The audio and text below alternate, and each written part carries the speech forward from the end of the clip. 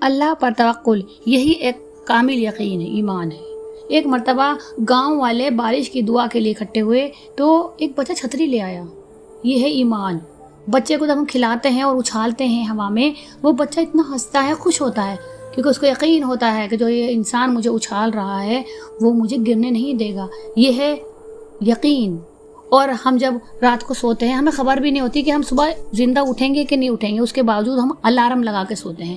یہ ہے امید۔ اللہ پر ایمان، یقین اور اللہ سے امید میں دنیا کے ہر مسئلے کا حل موجود ہے۔ سورہ یوسف کتنی خوبصورت ہے۔ یہ ہمیں سکھاتی ہے کہ ہمیں قریبی لوگوں سے بھی دھوکہ مل سکتا ہے۔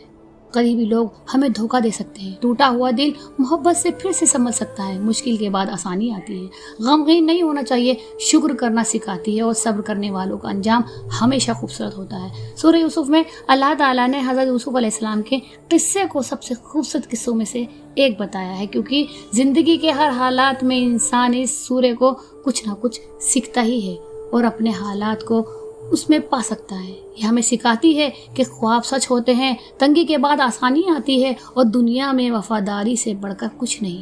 یہ سکھاتی ہے کہ جن کو اللہ نے کوئی خاص نعمت دی ہو ان سے لوگ حسد کرتے ہیں، سازش کرتے ہیں۔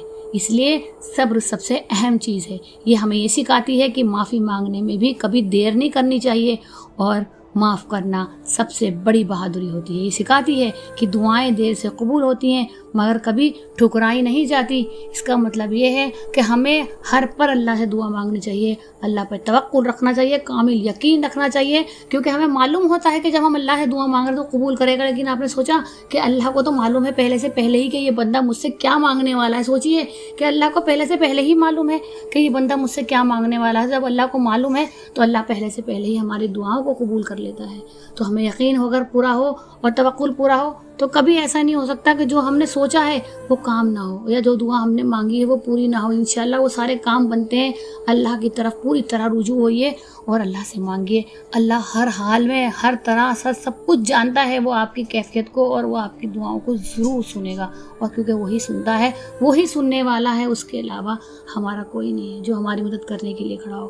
سب سے بہترین دوست وہی ہے، ہمارا خیر خواہ وہی ہے، اور ہمیں تو وہ 70 ماں کیا پوری دنیا کی ماؤں سے بھی زیادہ محبت کرنے والا ہے۔ تو بتائیے اس سے بہتر کوئی ہو سکتا ہے؟